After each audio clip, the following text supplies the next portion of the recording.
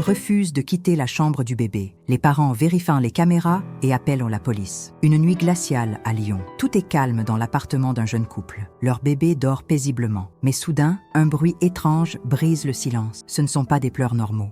Quelque chose ne va pas. Ils se précipitent dans la chambre, le cœur battant. Leur bébé est là, immobile, endormi. Mais leur pitbull, lui, est figé devant le berceau, les poils hérissés, grognant dans le vide. Il refuse de bouger. Il voit quelque chose. Les parents, paniqués, décident de vérifier les caméras de surveillance. Et ce qu'ils découvrent change leur vie à jamais. Avant de continuer, abonnez-vous à la chaîne et laissez un like. Dites-moi en commentaire de quel pays vous regardez cette histoire. Maintenant, plongeons dans cette nuit où tout a basculé. Lyon, 3h12 du matin. Une nuit glaciale d'hiver. Le vent sifflait à travers les ruelles désertes du vieux Lyon, faisant trembler les volets des immeubles anciens. Dans l'appartement haussmannien de Camille et Julien, une atmosphère paisible régnait. Emma, leur fille de 6 mois, dormait à poings fermés dans son berceau. Tout semblait normal, jusqu'à ce que les pleurs commencent. Un sanglot étouffé, lointain, presque spectral. Camille ouvrit brusquement les yeux, le cœur battant à tout rompre. Elle n'avait pas rêvé. Quelqu'un pleurait dans la chambre d'Emma. « Julien, réveille-toi »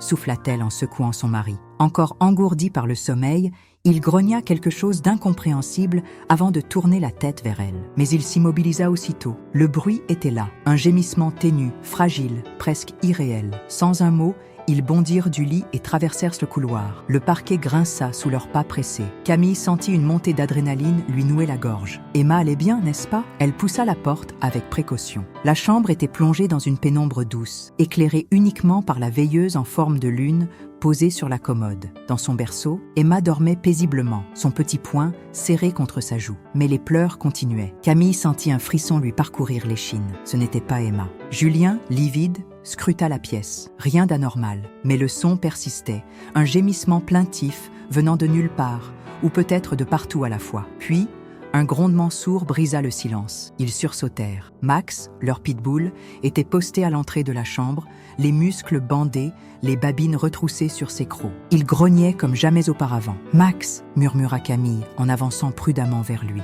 Le chien ne bougea pas. Ses yeux sombres étaient fixés sur le berceau, et son corps entier vibrait de tension, comme s'il voyait quelque chose qu'eux ne voyaient pas. Camille sentit la panique monter. Julien, à ses côtés, la main crispée sur son épaule, chuchota « Il y a quelqu'un ici ». À cet instant, Max bondit en avant, se plantant devant le berceau comme un rempart. Il émit un grognement rauque, puis un aboiement féroce qui fit trembler les murs. Emma ne bougea pas. Elle dormait toujours. Mais le son, les pleurs s'arrêtèrent net. Un silence absolu s'abattit sur la pièce, aussi brutal qu'effrayant. Camille sentit son cœur cogner dans sa poitrine. L'air était devenu glacial, presque irrespirable. Max ne bougeait plus, ses muscles toujours tendus, ses oreilles plaquées en arrière. Qu'est-ce qu'il protégeait? Personne ne parla. Seuls les échos du dernier aboiement de Max semblaient encore vibrer dans l'air. Et dans le berceau, sous la couverture immobile, Emma dormait, comme si rien ne s'était passé. Le lendemain matin, l'atmosphère était lourde dans l'appartement. Un silence pesant, un malaise indicible. Camille tourna nerveusement sa cuillère dans son café noir, le regard perdu dans la vapeur qui s'en échappait. Face à elle,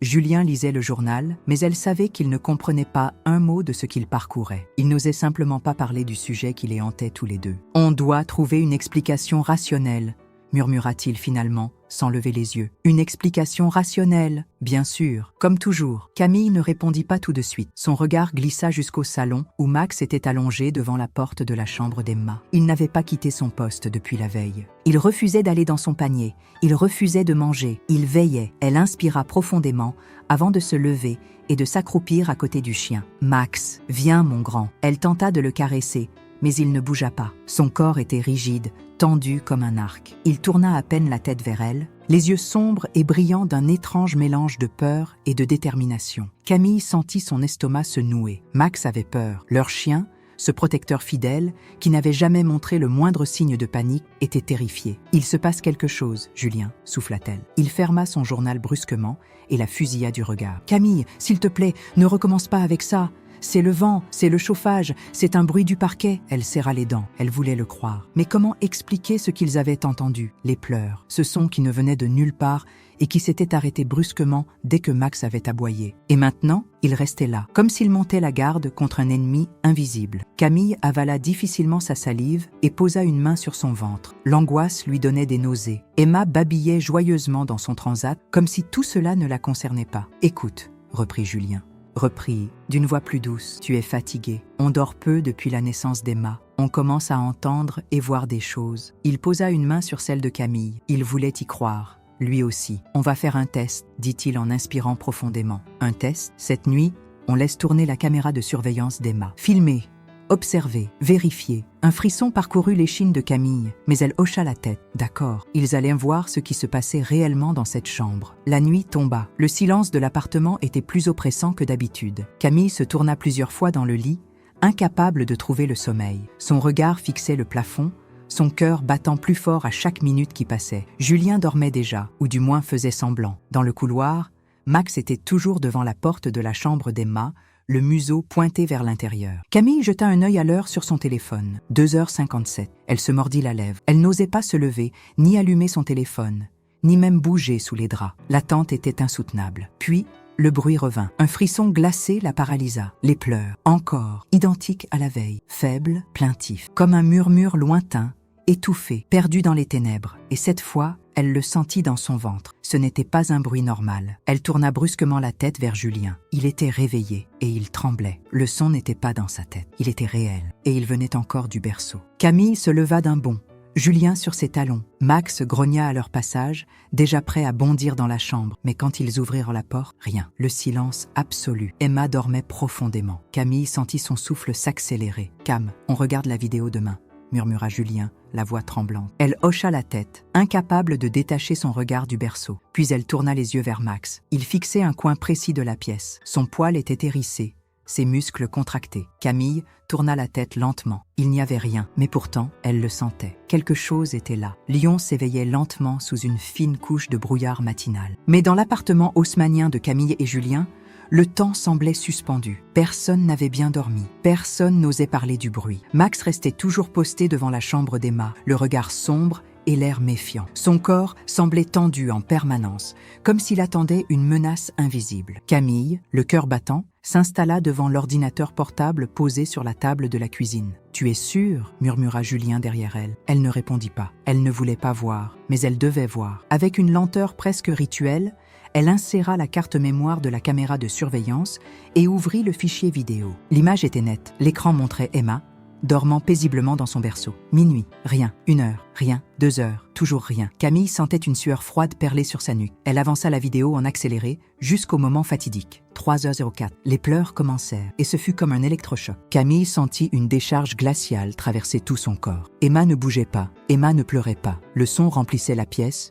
Pourtant sa fille dormait profondément. Julien, debout derrière elle, s'agrippa au dossier de la chaise. C'est pas possible. Camille n'avait pas la force de parler. Son regard restait figé sur l'écran. Et soudain, quelque chose bougea dans le berceau. Les couvertures d'Emma se soulevèrent légèrement, comme si une main invisible les tirait doucement. Camille porta une main à sa bouche pour retenir un cri. Sur l'écran, Max bondit immédiatement, ses yeux fixés sur ce coin du berceau où il n'y avait rien. Il aboya férocement, le son si puissant qu'il résonna à travers la vidéo. Puis, les pleurs s'arrêtèrent, net. Silence absolu. Le temps sembla se figer. Camille et Julien n'osaient plus respirer. Sur l'écran, Max continuait de fixer un point invisible dans le berceau, le corps tendu comme un arc, prêt à attaquer. Et alors, un dernier détail apparut, si fugace qu'il était presque imperceptible. Une ombre, une silhouette floue, transparente, juste à côté du berceau. Camille recula brusquement de sa chaise, le souffle court. « Arrête ça !» cria Julien, claquant violemment l'ordinateur portable. La vidéo s'éteignit. Mais le silence qui suivit était pire encore. Un silence écrasant, viscéral. Max gémissait doucement devant la porte de la chambre d'Emma, son corps tremblant légèrement. Camille et Julien se regardèrent, sans mots. Ils savaient. Ils n'étaient pas seuls dans cet appartement. Le jour se levait à peine sur Lyon. À l'extérieur, la ville bourdonnait de vie. Les boulangers enfournaient leur dernière fournée de croissants. Les premiers clients s'agglutinaient dans les cafés pour un petit noir et les klaxons résonnaient dans les rues étroites. Mais dans l'appartement haussmannien de Camille et Julien, le silence était devenu insupportable. La vidéo hantait encore Camille. Elle ne voulait pas y croire. Elle ne pouvait pas y croire. Mais Max savait. Et maintenant, elle savait aussi. Assise sur le canapé, une tasse de thé froid entre les mains, elle fixa longuement la porte entr'ouverte de la chambre d'Emma. Il fallait comprendre. Il fallait savoir ce qui s'était passé dans cet endroit. « Je vais faire des recherches sur l'appartement », lança-t-elle soudainement. Julien, qui fixait le sol depuis 1 heure sans parler, releva la tête lentement. « Quoi ? Je vais voir si je trouve des archives sur l'immeuble, sur ses anciens habitants. Il s'est passé quelque chose ici, Julien, quelque chose d'horrible. » Il soupira bruyamment et passa une main sur son visage fatigué. « Tu veux vraiment t'engouffrer là-dedans ?» Camille ne répondit pas. Elle attrapa son ordinateur et tapa l'adresse de leur immeuble dans un moteur de recherche. Les premières pages ne donnaient rien d'anormal. Des annonces immobilières, des sites de notaires, quelques articles banals sur l'histoire du quartier. Mais lorsqu'elle fit défiler plus loin, quelque chose attira son regard. Un vieux forum, une discussion datant de plusieurs années. L'ancienne domestique disparue du 14 rue des Templiers. Le sang de Camille se glaça. Elle cliqua immédiatement. Le fil de discussion était ancien, presque oublié. Un certain monsieur Bernard parlait d'une jeune femme disparue dans cet immeuble il y a plus de 20 ans. Aïcha. Un nom. Enfin, un nom. Camille sentit une étrange chaleur monter en elle. « Julien, regarde ça. » Son mari s'approcha, son expression fatiguée, soudainement plus alerte. Ils lurent ensemble. Aïcha était une immigrée clandestine venue du Maghreb. Elle travaillait comme employée de maison dans un appartement du 3e étage. Un jour, elle a simplement disparu. Certains disaient qu'elle était partie précipitamment. D'autres, qu'elle n'était jamais vraiment partie. Son employeur a toujours refusé d'en parler. Et puis, plus rien. Son histoire a été oubliée. Camille sentit son cœur cogner dans sa poitrine. Elle leva lentement les yeux vers Julien. Leur appartement était au 3e étage. L'air sembla se vider de la pièce. Max, toujours couché près de la chambre d'Emma, poussa un léger gémissement. Camille ferma l'ordinateur d'un geste sec. Elle est toujours là. Julien se leva brusquement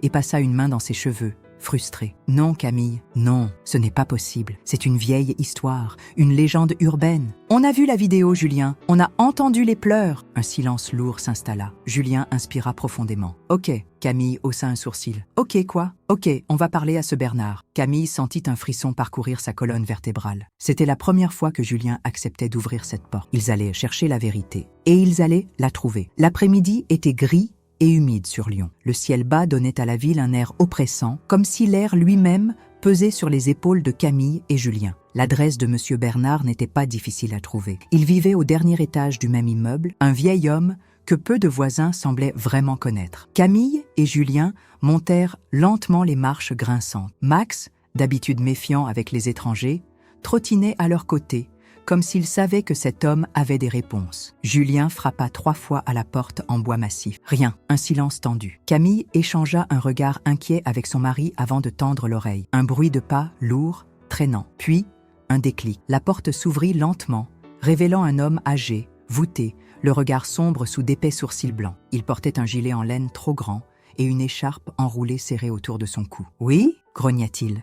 La voix rocailleuse. Julien hésita un instant avant de prendre la parole. « Monsieur Bernard, désolé de vous déranger, nous habitons au 3e étage. » Un bref silence, suivi d'un léger froncement de sourcils chez le vieil homme. « Le 3e » Sa voix se fit plus sourde. « Qu'est-ce que vous voulez ?» Camille se racla la gorge. « Nous avons lu un message que vous aviez posté sur un forum, il y a longtemps, à propos d'Aïcha. » Le corps de Bernard se tendit aussitôt. Son visage se ferma. « Qui vous a dit ça ?»« Personne, » répondit Julien rapidement. « Nous cherchons juste à comprendre. Il se passe des choses étranges dans l'appartement. » Un silence s'abattit sur eux. Bernard passa lentement une main sur son visage ridé, comme s'il pesait une décision difficile. Enfin, il ouvrit la porte en grand. Entrez. L'intérieur de l'appartement était sombre, encombré de vieux meubles en bois, avec une odeur de tabac froid et de papier vieilli. Camille et Julien s'assirent sur un canapé en velours râpé, pendant que Bernard allumait une lampe à abat-jour jauni. Max, d'ordinaire curieux, resta immobile près de la porte, fixant Bernard avec un regard perçant. Le vieil homme s'installa lentement dans un fauteuil en cuir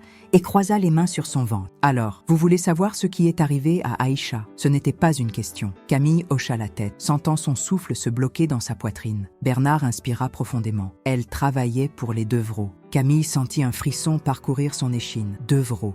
Un nom ancien, résonnant, un nom qui respirait l'argent et le pouvoir. Les Devreau, répéta Julien, perplexe. Bernard haussa un sourcil. Vous ne savez pas qui c'est? Ils échangèrent un regard. Ce sont les anciens propriétaires de votre appartement. Le cœur de Camille s'arrêta une fraction de seconde. Ils vivaient ici. Bernard hocha lentement la tête. Ils étaient riches, influents. Monsieur Devereux était un homme d'affaires respecté, avec une réputation impeccable. Mais dans cet immeuble, il s'interrompit et fixa Camille droit dans les yeux. Ici, tout le monde savait qu'il cachait quelque chose. Un silence pesant s'installa. Camille sentit un frisson glacé remonter le long de sa colonne vertébrale. « Et Aïcha » chuchota-t-elle. Bernard prit un moment avant de répondre. Elle était jeune, belle, elle n'avait personne. Il marqua une pause, il la prise sous son aile, et puis, il ne termina pas sa phrase, mais il n'en avait pas besoin. Un goût amer se forma dans la bouche de Camille. Elle comprenait trop bien. Julien, le visage livide, demanda d'une voix serrée. Et après, Bernard ferma les yeux un instant. Elle est tombée enceinte, un silence de mort. Camille sentit une vague de vertige la submerger. Bernard ouvrit lentement les paupières, son regard fatigué posé sur eux. Et après, elle a disparu. Julien avala difficilement sa salive. Disparue, un jour, elle est venue me voir. Elle pleurait. Elle disait qu'elle devait partir, qu'elle n'était plus en sécurité ici. Je lui ai proposé de l'aider, mais elle avait peur. Elle disait qu'elle ne pourrait jamais s'enfuir. Il marqua une pause, comme si les souvenirs le heurtaient de plein fouet. Le lendemain, elle n'était plus là. Personne ne l'a jamais revue. Monsieur Devereux a vendu l'appartement quelques mois après. Sa femme est partie vivre ailleurs, et l'histoire a été oubliée. Le silence qui suivit était assourdissant. Camille sentit une chape de plomb lui écraser la poitrine. Max émit un léger gémissement. Julien passa une main tremblante sur son front. « Vous pensez qu'elle est… » Bernard soupira. « Mort ?» Camille sentit une sueur froide lui couler dans le dos. Le vieil homme se pencha légèrement en avant, ses yeux sombres brillant d'un éclat inquiet. « Moi, je pense qu'elle n'est jamais partie. » Le cœur de Camille rata un battement. Bernard les fixa avec intensité. « Elle est toujours là. » Le silence dans la pièce devint suffocant. Camille sentit la chair de poule recouvrir ses bras. Elle se revit dans leur chambre, fixant la caméra. Elle entendit les pleurs. Elle revit l'ombre près du berceau, et elle comprit enfin. Emma n'était pas seule dans cette chambre. Quelqu'un la berçait. L'air semblait plus lourd dans l'appartement lorsqu'ils rentrèrent. Un silence oppressant régnait, comme si les murs eux-mêmes retenaient leur souffle. Camille posa son sac sur la table de la cuisine, mais ses mains tremblaient. Julien referma la porte derrière eux et s'adossa contre celle-ci, les yeux rivés sur le sol. Max, lui,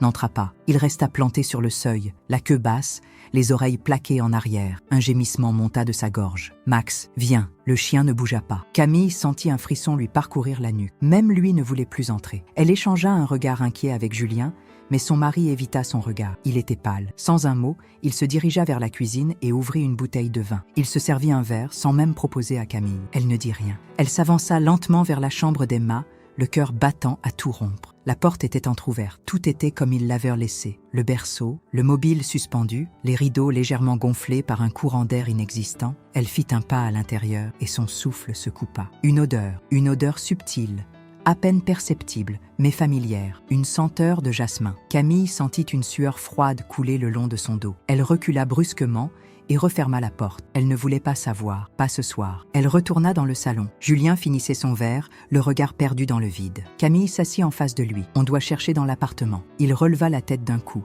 les sourcils froncés. « Pardon ? On doit vérifier s'il y a quelque chose ici, dans les murs. » Julien écarquilla les yeux. « Tu es en train de me dire qu'on va creuser dans notre propre appartement ?» Camille le fixa, son regard brûlant de détermination. « Oui ?» Un silence. Julien passa une main sur son visage. « Camille, c'est ridicule. » Elle ne lâcha pas prise. « Pourquoi Max refuse d'entrer ? Pourquoi entend-on des pleurs ? Pourquoi la vidéo montre ce qu'elle montre ?» Elle se leva d'un bond. « Pourquoi sent-on du jasmin dans la chambre ?» Julien ouvrit la bouche, puis la referma. Il avait senti l'odeur aussi, mais il refusait d'y croire. Camille serra les poings. « Alors soit on cherche, soit on vend cet appartement et on s'en va. » Le silence qui suivit fut encore plus glaçant que le reste. Julien s'humidifia les lèvres. Il posa lentement son verre sur la table. Et il hocha la tête. D'accord. Un poids s'effondra dans la poitrine de Camille. Elle aurait voulu se sentir soulagée. Mais au fond d'elle, elle savait déjà qu'ils allaient découvrir quelque chose. Et qu'après ça, il serait impossible de faire marche arrière. L'après-midi passa dans un brouillard silencieux. Ni Camille ni Julien ne parlèrent beaucoup. Les mots semblaient inutiles. À 18h,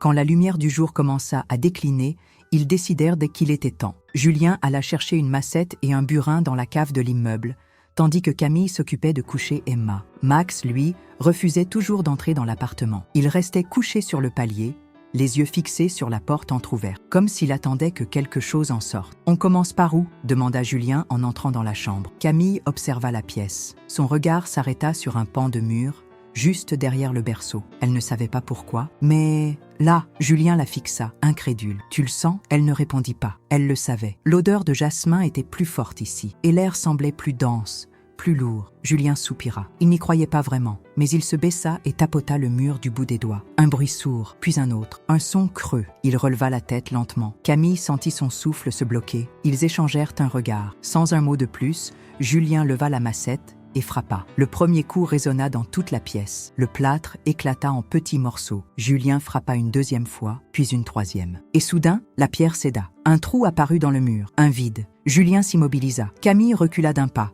le cœur battant si fort qu'elle crut s'évanouir. Il y avait un espace derrière, un trou noir, béant. Julien lâcha le burin et prit son téléphone pour éclairer l'intérieur. La lumière du portable pénétra dans l'ouverture, révélant un renfoncement étroit, sombre, profond. Et au fond, quelque chose brillait, un éclat métallique. Julien tendit la main, hésitant, avant de se figer brusquement. « Mon Dieu !» Camille sentit une vague de panique l'envahir. « Quoi ?» Julien recula d'un bond, les mains tremblantes. Et Camille vit ce qu'il avait vu. Un morceau d'os, petit, fragile, jauni par le temps. Elle porta une main à sa bouche. Son cerveau refusait de comprendre, mais son corps savait déjà. Elle savait ce qu'ils venaient de trouver. Et soudain, un bruit retentit derrière eux. Un grincement. Le berceau d'Emma venait de bouger, seul. Le silence s'abattit sur la pièce comme une chape de plomb. Camille et Julien restaient figés, incapables de détacher leur regard du berceau. Il avait bougé, seul. Le bois avait craqué doucement, un léger balancement presque imperceptible, mais il n'y avait pas de courant d'air. Et surtout, Emma dormait profondément. Camille sentit une sueur glacée couler le long de sa colonne vertébrale. Julien, lui, tenait encore la massette dans une main tremblante. Ses doigts étaient crispés sur le manche. Et alors, dans cet espace creusé dans le mur, un autre détail apparut, un morceau de tissu. Julien se ressaisit et avança lentement la main pour l'attraper. Le tissu se désagrégea presque sous ses doigts, comme s'il avait trop attendu pour être découvert. Camille retint son souffle. C'était une étoffe fine, délavée par le temps. Une robe de femme. Le vertige l'assaillit. Et alors, au fond du renfoncement, quelque chose d'encore plus glaçant, une petite chaîne en argent. Camille se sentit basculer dans le vide. Ses doigts effleurèrent le pendentif en forme de lune. Et là, gravé dans le métal, un nom apparut sous la lumière tremblotante du téléphone. Aïcha. Julien recula brusquement. Son souffle court. Mon Dieu, il savait, maintenant. Aïcha n'avait jamais disparu. Aïcha était restée ici. Dans leur mur, une vague de panique s'empara de Camille. Elle pivota brusquement vers Emma. Elle devait la prendre, elle devait partir. Mais au moment où elle fit un pas vers le berceau, un souffle froid derrière elle. Son corps entier se figea. Un courant glacé passa le long de sa nuque. Et dans l'obscurité du mur béant, un bruit ténu, presque un murmure, un soupir, léger, brisé, perdu. Et alors, Emma ouvrit soudainement les yeux. Camille sentit son cœur exploser dans sa poitrine. Sa fille la regardait, mais pas elle. Ses yeux fixaient un point, juste derrière elle. Et puis, Emma sourit. Camille sentit son souffle se bloquer dans sa gorge. Emma souriait, pas à elle, pas à Julien, à quelque chose ou quelqu'un derrière elle. Une chaleur glaciale se répandit dans son dos, comme une présence invisible effleurant sa peau. Son instinct hurlait « Ne te retourne pas ». Julien, lui, ne voyait rien d'anormal. Il était toujours figé devant l'ouverture béante dans le mur, tenant entre ses doigts tremblants la chaîne en argent. Mais Camille savait. Elle sentait une ombre derrière elle. Un frisson glacial parcourut son échine lorsqu'un léger craquement résonna dans la pièce. Comme un pas, elle n'en pouvait plus. Elle bondit en avant, attrapa Emma dans ses bras et recula d'un coup sec. Max aboya férocement depuis le couloir. Son aboiement résonna si fort dans la pièce que Camille crut entendre les murs vibrer. Julien sursauta et leva brusquement la tête. « Qu'est-ce qui se passe ?» Camille ne répondit pas. Elle serrait Emma contre elle, le cœur battant à tout rompre, mais elle sentait toujours cette présence. Un froid étrange flottait dans l'air, comme si la pièce était devenue plus lourde, plus épaisse. Julien s'approcha d'elle, visiblement inquiet. « Camille, qu'est-ce que tu vois ?» Elle secoua la tête. « Je ne vois rien », souffla-t-elle, la gorge nouée. « Mais je le sens. » Un silence de plomb s'abattit sur la pièce. Et puis, un murmure, léger, à peine audible, un souffle dans l'air, des mots qui n'existaient pas, une plainte venue d'un autre temps. Et soudain, un bruit brutal. Le trou dans le mur s'effondra d'un seul coup. Julien hurla en reculant. Un nuage de poussière s'éleva dans la pièce. Camille étouffa un cri en serrant Emma plus fort contre elle. Lorsqu'ils purent enfin voir à travers la poussière, le reste du mur avait cédé. Et là, un squelette, un corps, enfoui dans le noir, entre les pierres et le plâtre, comme un secret oublié. Camille sentit ses jambes flancher. Julien porta une main tremblante à sa bouche. Max grogna, les poils dressés sur son échine. Ils avaient retrouvé Aïcha. Elle était là, emprisonnés depuis des années dans leur maison. Julien lâcha la chaîne qu'il tenait encore dans sa main. Le pendentif en argent tomba au sol dans un bruit métallique. Et alors, quelque chose d'étrange se produisit. L'air devint plus léger, comme si l'appartement venait de respirer après des décennies d'étouffement. Emma, blottie contre Camille, ferma doucement les yeux. Max cessa de grogner. Le silence retomba. Mais ce n'était plus un silence oppressant. C'était un silence de paix. Camille sentit les larmes couler sur ses joues. Ils avaient trouvé la vérité. Et maintenant, Aïcha pouvait enfin reposer. Le lendemain matin, un ciel gris s'étendait sur Lyon, étouffant la ville sous un voile épais de brume. Camille et Julien n'avaient pas dormi. Le squelette était toujours là, étendu dans ce renfoncement scellé depuis des décennies, recroquevillé, comme si Aïcha s'était endormie en attendant qu'on la retrouve. Max n'aboyait plus. Il veillait. Emma, elle, dormait paisiblement. Pour la première fois depuis des semaines, Julien passa une main tremblante sur son visage. Il n'avait toujours pas prononcé un mot depuis la découverte du corps. Puis enfin, il murmura « On doit appeler la police ». Camille hocha lentement la tête. Il devait faire ce qu'Aïcha n'avait jamais pu faire elle-même, rendre son histoire visible. Julien prit son téléphone. Ses doigts tremblaient lorsqu'il composa le numéro des autorités. « Allô ?» Sa voix était rauque. « Nous avons trouvé un corps, un silence. » Puis, l'opérateur lui demanda l'adresse. Quelques minutes plus tard, les sirènes de police déchirèrent le silence du matin. L'appartement fut rapidement envahi. Des officiers en uniforme, un médecin légiste, des techniciens en gants blancs qui prenaient des photos. Camille se tenait au fond du salon, Emma dans ses bras, regardant la scène comme une spectatrice d'un drame qu'elle n'avait jamais voulu jouer. Julien, lui, parlait aux inspecteurs. Et puis, un détail glaçant. L'un des policiers, un homme à la cinquantaine aux traits durs, regarda le mur détruit comme s'il savait déjà ce qu'il allait y trouver. « C'est elle, pas vrai ?» murmura-t-il. Camille sursauta. L'officier posa les yeux sur elle. « Je me souviens d'elle. » Le cœur de Camille rata un battement. « Vous connaissiez Aïcha ?» demanda-t-elle, la gorge serrée. L'homme hocha lentement la tête. « J'étais jeune à l'époque, mais je me souviens de son histoire. Tout le monde dans ce quartier savait qu'elle était enceinte et qu'elle avait disparu. » Il baissa la voix, comme s'il redoutait que les murs eux-mêmes l'entendent. « On soupçonnait Monsieur Devereux. » Le nom claqua comme une gifle. Devereux, l'ancien propriétaire, l'homme qui avait enterré ce secret. Camille sentit un frisson de rage monter en elle. « Pourquoi personne n'a enquêté ?» siffla-t-elle. Le policier serra la mâchoire. « Parce qu'il était intouchable, parce qu'il était puissant. Mais aujourd'hui, il ne l'était plus. » Le corps d'Aïcha fut sorti de son tombeau de pierre sous les yeux de tout l'immeuble. Les voisins chuchotaient, certains se souvenaient d'une jeune femme au regard triste qui venait autrefois faire les courses dans le quartier. Camille n'entendait plus rien. Son regard restait figé sur le sac noir où l'on déposait les restes d'une vie volée. Et alors, Max, assis à côté d'elle, poussa un long gémissement, comme une plainte ou un adieu. Camille ferma les yeux. Aïcha était enfin libre. La nuit était tombée sur Lyon, étendant un manteau d'ombre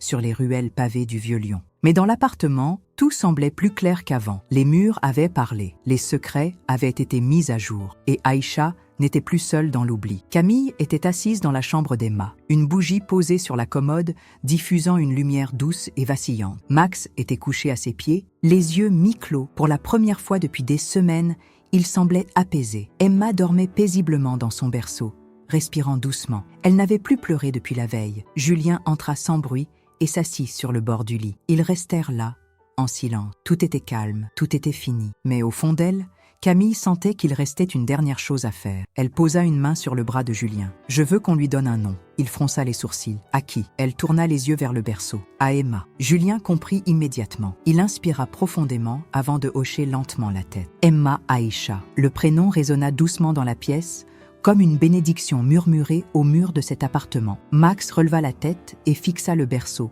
comme s'il approuvait. Et alors, quelque chose d'inexplicable se produisit. La bougie sur la commode vacilla une dernière fois. Un souffle d'air léger passa dans la pièce, comme une caresse invisible sur leur peau. Puis, plus rien. Camille sentit son cœur se serrer. Elle savait qu'Aïcha venait de partir. Enfin, après des décennies d'errance, elle pouvait reposer en paix. Les jours passèrent. L'appartement semblait différent, plus léger, plus vivant. Les nuits étaient désormais calmes. Emma dormait paisiblement, sans réveil brusque, sans pleurs inexplicables. Max, lui, ne veillait plus devant la chambre. Il avait repris sa place dans le salon, près du canapé, comme avant. Et pourtant, Aïcha n'était pas vraiment partie. Son absence était une présence en soi, une paix nouvelle, une mémoire qui ne demandait plus qu'on la cherche. Camille et Julien décidèrent de ne pas vendre l'appartement. Ils ne voulaient plus fuir. Un matin, Alors que Camille préparait le petit déjeuner, Emma, assise dans sa chaise haute, éclata de rire soudainement. Elle tendit une main potelée vers un coin de la pièce. Camille suivit son regard. Rien, juste un espace vide. Mais là où elle aurait dû ressentir de la peur,